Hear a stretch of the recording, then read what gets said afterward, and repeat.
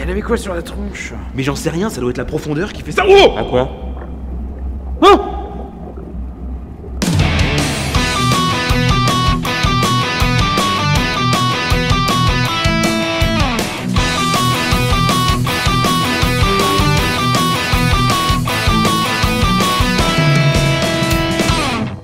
Bon, à quoi tu joues? Aujourd'hui, on continue notre exploration sous-marine avec Abyss. Et puisque l'on reste sous l'océan... Oh! Tellement pas. Abyss est un jeu de Bruno Catala et Charles Chevalier, illustré par Xavier Colette. Il est édité chez Bombix et distribué par Asmodée. Il est sorti en août 2014.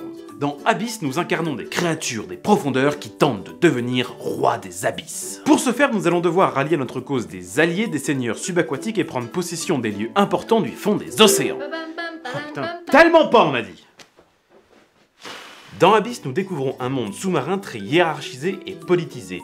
Nous devrons apprendre les rouages de cette organisation pour en prendre le contrôle et gagner le plus de points en fin de partie. Le plateau, ici remplacé par le playmat, représente le Conseil des Abysses. À notre tour de jeu, nous aurons 3 possibilités. Explorer les profondeurs, demander de l'aide au conseil ou recruter un seigneur. 1. Rallier des alliés en explorant les profondeurs des océans.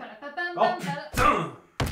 Avec cette première possibilité, nous sommes face à un système de stop and go. Le joueur actif va lancer son exploration et retourner une par une les petites cartes alliées. Pour chaque carte retournée, le joueur devra demander aux autres s'ils désirent lui acheter la carte. Si personne ne veut lui acheter la carte, le joueur peut décider de la garder pour lui ou de continuer. Stop and go, donc. Si un joueur décide de lui acheter la carte, cela se règle avec nos perles qui font office de monnaie d'échange. Chaque joueur fait donc un petit peu son marché. Quelqu'un en veut?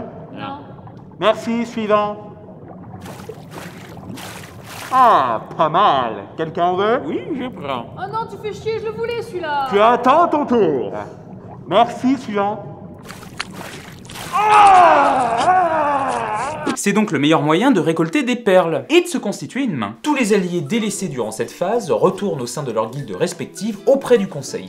Il est conseillé d'acheter des alliés durant le tour des autres joueurs pour pouvoir faire autre chose pendant son tour. D'ailleurs, 2. Demander le soutien du conseil. Lorsque l'on choisit de réaliser cette action, nous allons simplement prendre l'ensemble d'une famille d'alliés présente sur la table. Cette action a le grand mérite de nous constituer une main avec une couleur forte et de ne pas laisser la possibilité de recruter à nos adversaires. J'invoque mon droit de soutien auprès du peuple des coquillages. Quoi? C'est tout? Mais vous ne consultez pas les cartes face cachée avant de les prendre, alors vous avez intérêt à suivre. Votre main ainsi constituée d'alliés des différents peuples des océans va...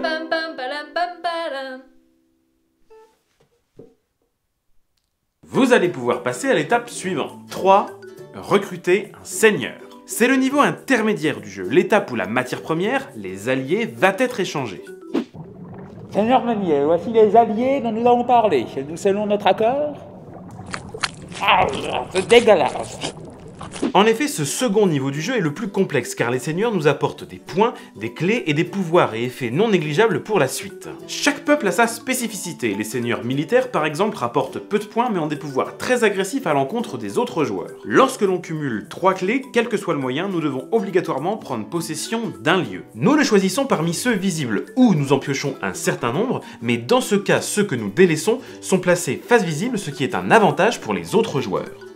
La partie prend fin lorsque l'un des joueurs va posséder 7 seigneurs. Dans ce cas, tous les autres effectuent encore un tour de jeu et on passe au décompte des points. Dans Abyss, l'important est de se maintenir à flot.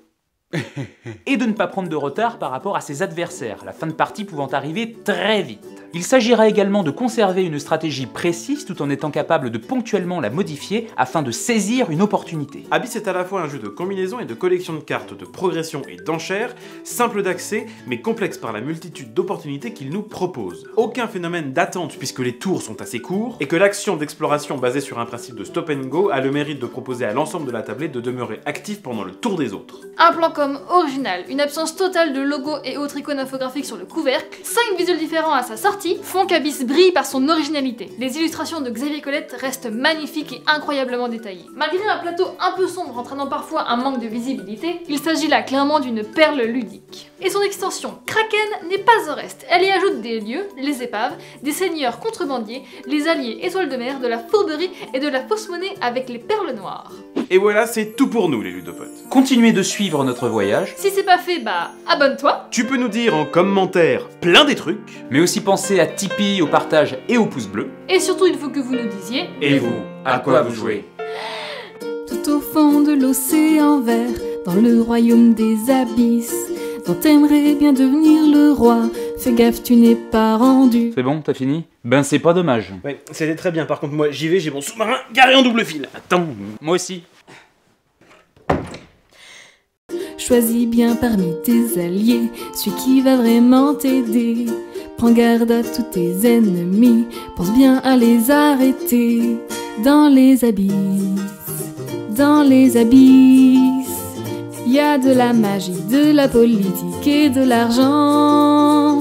Les cultivateurs, les marchands, les militaires et puis les autres. Faudra choisir, c'est pas facile dans les abysses.